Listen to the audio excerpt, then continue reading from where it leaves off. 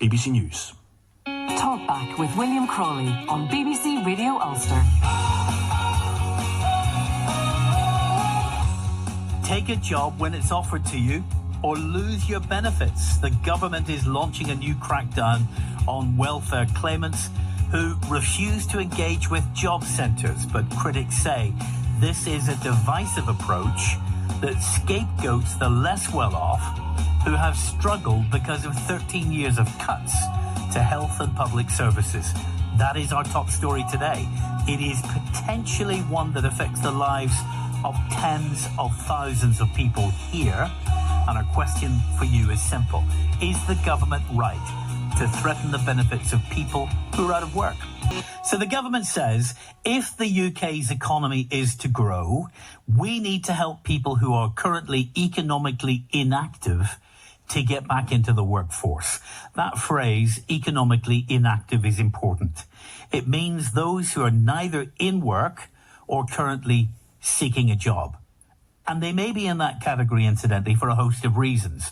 They might be students, for example. They're not in work. They're not seeking a job. They're students going to classes. They may be retired people. They may be unable to work because of sickness. And there may be lots of other reasons why someone is economically inactive. Across the UK, though, that number is more than 8 million working age people. And in Northern Ireland, we have the highest levels of economic inactivity anywhere in the UK. But the government's new approach to get people back into the workforce includes sanctions for some people.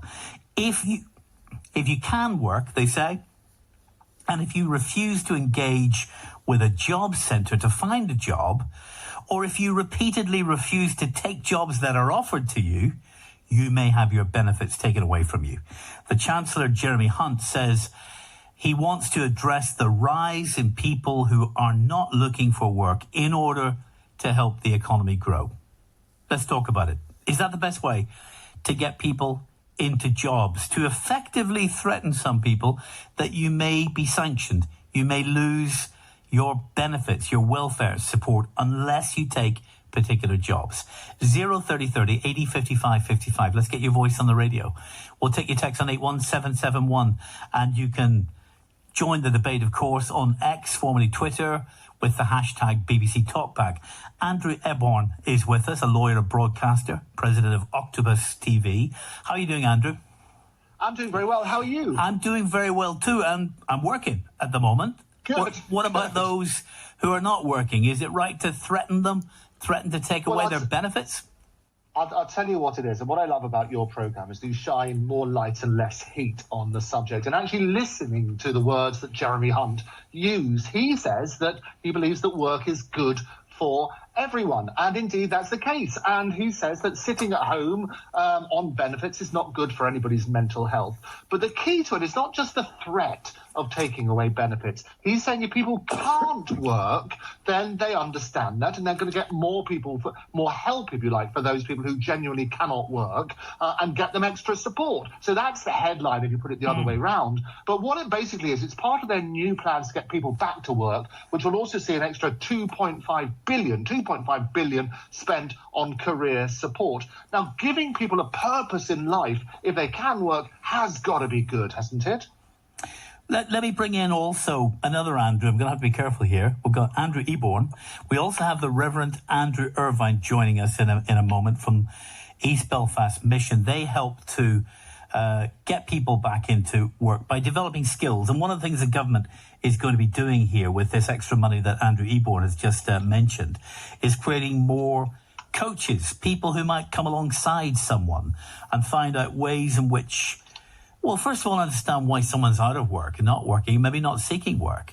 And maybe they've just lost their confidence. Maybe they've absolutely plunged into a dark hole in their life, and they need some support to enable them to reach out and find a job. And if a coach can help, why not? That's part of the government strategy. Maybe if you're listening, you're one of those people. Maybe you were out of work and you found a way back into work. Do you agree with Andrew Eborn there, who just said in terms of dignity, in terms of giving back, in terms of your own sense of self, that has been really good for you. 03030 80 55 55. The Reverend Andrew Eborn is with us from East Belfast Mission. One of the things they do is help people to develop skills they need to get back into work. Hi, Andrew. How are you? I'm very well, thank you. And how are you? I'm doing well. We've got another Andrew there, Andrew Eborn, the lawyer and broadcaster. I'll use your reverend title a bit more than I normally would, Andrew. I have to, otherwise I'm going to have to make him a reverend as well. I could be irreverent. You can be irreverend, I'm sure, absolutely. I would like your listeners to understand that a very small percentage of those who are economically inactive are simply lazy. The vast majority have genuine reasons for not working: physical health, mental health, and more because they're caring for family members who need cared for because the social services system's currently dysfunctional. That's why they're not working. So it's fine saying you're going to put money into these employment programs, but if you don't fix the actual health system, then you're not going to facilitate those people getting back to work. Is that what's going on, Andrew Eborn? The government is going to penalise people who have been effectively broken because of the government's actions in not properly funding the health system. No, I'll tell you what, I think... This is for Andrew Eborn. I knew this would be a problem for you, Andrew. No, far too many Eborns. I'll be not irreverent or indeed irrelevant, but I think I agree with both Reverend Andrew and also Francis. They both do fantastic jobs. But actually, let me put the common ground in here. Is what we're saying is that if people can work, then it's great for them to be able to. If they can't, then we need a system to support them. And that's what the government's saying. So Reverend Andrew makes some great points. You need to make sure that the system is in place for those people who can't. But it's unfair, totally unfair, on the taxpayers who have to pay for people who can work, who can't at the moment. So a lot of this message is in actually how you deliver. It's about communication. And the negative headlines about penalising people who had family members or they had mental illness and other things that are preventing them from working is getting away from the real issue. And they've really made it clear that if they need extra support, they're going to give it to the people who need it. If they don't need it, then it's unfair on the taxpayer to be paying for them. Andrew Eborn, do you believe that there are people who are simply working the system? People who say to themselves, you know what, it doesn't pay me to take a job. I need to stay on benefits. Well, it's not just me saying that, it's the government saying that, and they've got figures to prove it. And that's what they're saying. They're saying, hang about, there are about, 300,000 people who've been registered as unemployed for over a year in the 3 months to July. And that's what they need to look at. There are some people who are absolutely, genuinely entitled to be on benefits, and that's why we want, as a caring society, want to make sure we look after them. But there are people who are unfortunately abusing the system. We need to root them out because it's unfair on the rest of us. To be fair, there are some who could work and should work and are simply being lazy. And but there you are think some that's sponsors. A small minority? They are the vast minority of those who are minority. Andrew Eborn. No, very good. And as I suspected, Reverend Andrew and I are totally on the same page on this. And I think if I were to ask the question, it's rhetorical in a way, is that if people can work, then they should. I think Reverend Andrew would agree with me and say absolutely. And there are a very small percentage, we at least recognise that, who currently aren't. We can argue about the figures. I don't have those figures. I can regurgitate what the government says. But to those people, those are the people they're trying to help. And as I said beforehand at the very beginning, work is good for anybody who can do it. It's good for them. It's good for mental health and so on and so forth. It's also good for the economy, for everybody, because it's coming out of other people's pockets. And to those people who can work and don't have those extra circumstances preventing them, then absolutely, let's do what we can to train people because that would be good for everybody. And of course, there's some people who don't understand the system. I don't understand all the ins and outs of the system. I've been covering it for so long, but there are in-work benefits that are available to people as well, which have been designed to help people get into work without losing out on some of the benefits that they would have lost out on. Lots of people who don't work, who just derive a huge amount of income from existing wealth, who are taxed less than people who work. Yeah. So actually, there's laziness really more at the top end, and we lose much more to tax avoidance than we do to benefit fraud than there is at the bottom end. Andrew Eborn? Yes, I think, Grace is absolutely right. We should look at how this is taken into practice, because you need to, and the statistics are alarming. 1 in 5 benefit deaths where they've been taken away is a horrendous statistic. And it's Edward Bernays, the father of PR, who said the best way of selling anything is through fear. And what we want to do is make sure that people are not scared of these announcements, because it's supposed to be a positive thing, but it does highlight a few issues. We need to make sure that the system is Andrew, right. Grace just described the position you have been defending as cruel and ineffective. Well, I don't think she did. She did. Grace is still there. You're agreeing with the government's approach here, and she's saying it's cruel. Well, no, I think the devil is in the detail. I don't think it's cruel. And this is the same point as I'm making to the Reverend Andrew and Philip and Jordan, Diane, who also called in and made the same point, is that if people genuinely can work, and they're not going to be disadvantaged as a result of it, that's the whole intention of this particular policy. If they can't, and it's going to have a worse effect on them, and the system is not right... But Grace says that's just spin. The effect of it, whatever the motivation is, the effect is going to harm vulnerable people. Well, the details, I say, the spin will come in the details. So we need to make sure, and I'm totally with Grace, if it is spin, then we need to call that out. The devil is in the detail, and we need to make sure that we have a system that is fair to everybody. For those who need the help, we need to absolutely ensure they get that help, 100%. But those who don't need it and who could work and could benefit from working, for all the reasons that you've mentioned, then we want to make sure it's a fair and humane system that is in that place, because basically work is good for people, it's good for your mental health and so on and so forth, but we need absolutely to address the issues that Grace mentions, and indeed that Philip very sensibly raised, and Diane and Jordan, your other callers as well. So I think we're all saying the same thing, William, and I know if you want to draw a crowd, start a fight, but I think if you get those get the fundamental points right, we all say, and I think there's nobody who's come on yet to say that if somebody can genuinely work and they're not going to be in a worse position as a result of it, then they should, and we should encourage and support them to do so. Is that fair? Some of your texts, 81771, the bad back culture has been replaced by the mental health culture, says this text. When it's nearly impossible for a family to survive on one wage, then society is, I won't use that word. Children want to be cared for by their parents, or at least one parent. This person, Eddie, texts to say, William, my girlfriend was a single mother of 2. She went to work to be £10 per week better off. She now has a great job with a major accountancy firm. She should be a lesson to others. Neil in Bangor texts us to say, if any of your speakers believe that everyone on benefits is genuinely on it and not doing the double, they are far from the no. Andy in Belfast says, William, I know people who are on benefits and work for money in their hand, no stamps, and take 2 weeks holidays in the summer to Spain. We've got quite a lot of people here, Grace, who think there's a Skyver culture. Well, I mean, this is an attitude that the government has worked very, very hard to create, and basically because it's easy to kind of create this idea that benefits claimants are scrounging off the state, and that is why, there's no money left for investment in public services, and it's why everyone else is worse off. Whereas actually that's just patently untrue.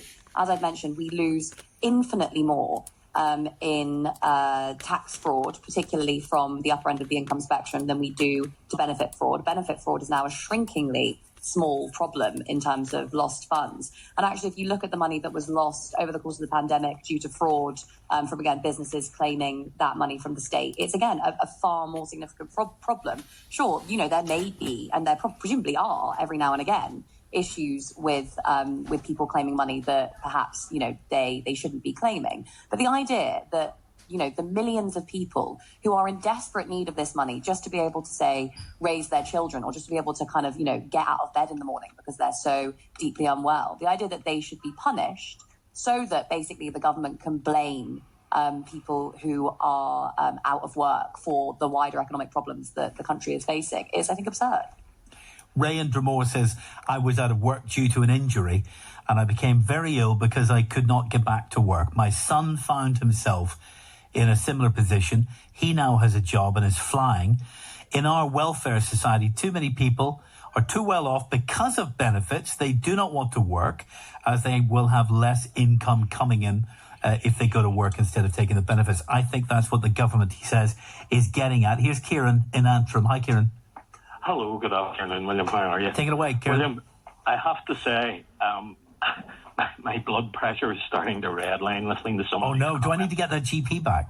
No, it's okay. I'm sitting down. All right. Listening to Andrew Eborn is staggering. To try and lay the blame for the state that the economy is in at the feet of people who aren't working is unbelievable.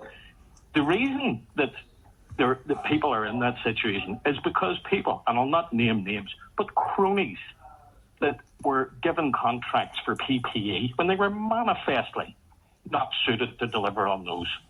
People that were paid eye-watering sums. In fact, ministers who paid out sums that are so huge in the billions for PPE. All that money is ignored. But somehow we're meant to believe that people on benefits are the cause of all our ills. And might I just add, I have never been out of work, William. I've never claimed benefits.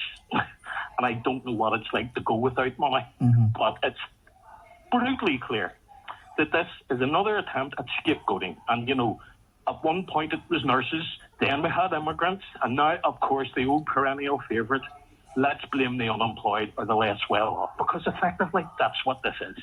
It's about blaming people who can't help themselves for a society that is created by people at the top. Well, I'll give Andrew a chance. No, don't rush it well. Give Andrew a chance to respond. He clearly thinks this is kind of red meat for an election coming up, I suppose, Andrew. Absolutely. Let me help Kieran with his blood pressure, because I certainly don't want to raise that either. And the points that Kieran raised are absolutely, you must look at the PPE issue, you must look at scapegoating and all of that. What I would say with respect, though, Kieran, is that I don't think it's people on benefits who are the problem. What we're looking at, and I think you would agree with me, it's people who are claiming benefits who shouldn't be. They're the ones who are the problem. So if they can work, and you take into account all the other things, would you agree with me that we should encourage and help them to find that work? If people can't work, then obviously we must make sure there's the support to do that. Is that a fair summary, Kieran? Andrew, no, it's not a fair summary. Because if you look at the tiny number of people who are claiming benefits, and we all know it goes on, and compare that in terms of in percentage terms to what goes on through fraud, tax fraud, cronyism, it doesn't even touch the sides of it. So it is your basic premise is wrong before you even start. And then what you've done is link that to, here's how we can sort this out. Yes, if people should work, then they should. I don't disagree with that. What I do disagree with is your suggestion that that's the problem, which is people who aren't working. And I think you've very nimbly danced around that all day, because what you're actually saying, and you've said it quite clearly, the problem is people claiming benefits that they're not entitled to. It's a tiny percentage. The money's laughable in terms of what's been wasted. So actually, let me clarify just one point. Firstly, it's not my policy, Kieran, but you're absolutely right. We actually absolutely agree. Sorry. Sorry. So we actually agree. So, and I think this is great. There are some people, it's a small percentage, but it doesn't mean that it's exclusive. There are other issues, and they're really, really important issues. And I'm with you and absolutely campaign with you to make sure we shine the spotlight on those as well, about contracts that are being wasted. You talk about PPE, about other sort of scapegoating and so on and so forth. I agree with you. We mustn't take our eye off those balls either. You need to turn around and address everything. So you could be right. This could be a very small percentage. And for that small percentage, you and I agree that we should do something. But I would absolutely support you in saying, do not forget the other issues as well. Is that a fair summary? Well, Andrew, the thing is, you're saying we don't take our eye off the ball. You haven't had your eye on. Sorry, I'm talking about you. I got my eye on several balls. I'm not accusing you personally. But the government hasn't had its eye on any of those balls. I mean, without naming names, there are people now who have done a flip out of the UK and have made blistering sums of money from PPE and not a word about it. And of course, there's all the platitudes. We'll look at it. We must make sure. Nothing is ever done. Nothing. So Kieran, if you and I... Hang on, Andrew. Just let me ask you one question. When was the last time anyone at the top of an organisation of any sort, public or private, was put through the courts stripped of their money, and that money put back into the economy, ever, in the UK. So if you and I, can we agree on this then, Kieran? Because I think we are actually saying the same thing, but approaching it slightly differently, is that I would sort of turn around and say, absolutely, you must, and I do a whole series on this on a number of different, more platforms than Paddington, about question everything. We need to look across the whole of these issues and not take our eye off any of those balls. So you're absolutely right. We do need to look at that. But I think we agree, Kieran, is that if people can work, they should work. That's great. If they need to be supported, we must support them. But Kieran, just before you go, are you really telling us that you think that people who, for example, made a living making pub coasters for use in bars, that these were not the best people to make clinical medical equipment and medical masks? Shocking though it may sound, William. Yes. All right. Thank you very much. Exactly just what to be I'm saying. clear I'm sorry, about that. if I could add just one tiny point to the end, what I would like to suggest, and it was nice talking to you, Andrew. But lovely talking to you, Kieran. Instead of starting at the bottom and looking at people who may or may not be claiming benefits, why don't we start by going right to the top? All right. Thank you. Make it a top-down. And let me ask a question of Grace on that as well, because he's talking about corporate tax as well as lots of other things to do with procurement around PPE during the pandemic, Grace. But when you look at the figures, if you really wanted to save a lot of money that you can plunge into the healthcare system, where would you go after it? Well, look, I mean, our tax system is completely unfit for purpose. We're talking about kind of, whether or not we're encouraging people to work, and this idea that certain people are lazy. But actually, if you look at the way that the taxation of income from work as opposed to income from wealth is treated, then we are much more generous, both in terms of tax breaks and in terms of rates for income derived from wealth than we are from income derived from work. So one thing would be to sort out the tax system and to make sure we're taxing things like, capital gains, inheritances, dividends at a much higher rate, rather than just actually deriving all of this taxation from people who are working. There are some people, millennials, people of my generation, who, when you take into account student loan repayments, are paying over a 50% marginal tax rate, which is just astonishing. Especially since, a lot of that money is going into a social security system that is primarily benefiting older people who aren't working. And that is a tax burden. I'm getting the impression from a lot of people texting me today that they may well agree with you on that you need to go after all the kind of ways in which enormous amount of money are lost to the exchequer from the corporate world. They probably agree with you on that. But they're also furious, many of them, that somebody across the street who's, and I'm getting lots of anecdotes, I can't read some of them out actually, but somebody across the street or somebody next door is doing the double or having a great life, living in a similar house to they're living, but they're not doing any work and they're not ill. And they're wondering, how can we fix that? Because at a street level, it feels really unfair to them.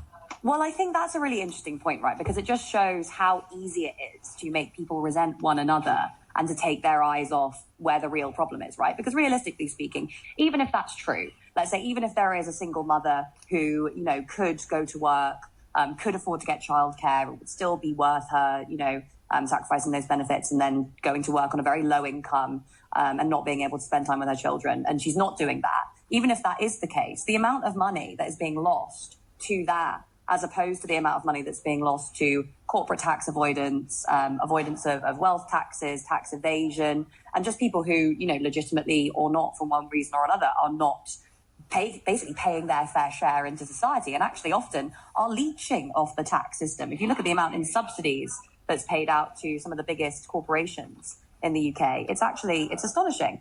And, it's easy to kind of look at something that's going on, as you say, on the level of your street, because you can kind of relate to that person. You can think, oh, well, I look and I see the light on in someone's house across the road, and that makes me wonder what they're doing. Firstly, you have no idea what's going on in their life. But secondly, we don't know what the lives are like of the people who are actually really draining this system more than anything, because their lives are so remote and so far away that it's hard to actually target them. And the government relies on that fact. It relies on the fact that we're much more likely to kind of be angry at the immigrant next door or, the alleged benefit scrounger next door than we are at, let's say, the people who caused the financial crisis, the people who have been, scrounging off the state during the pandemic, the people who've done fraudulent claims over the course of the pandemic. Yeah.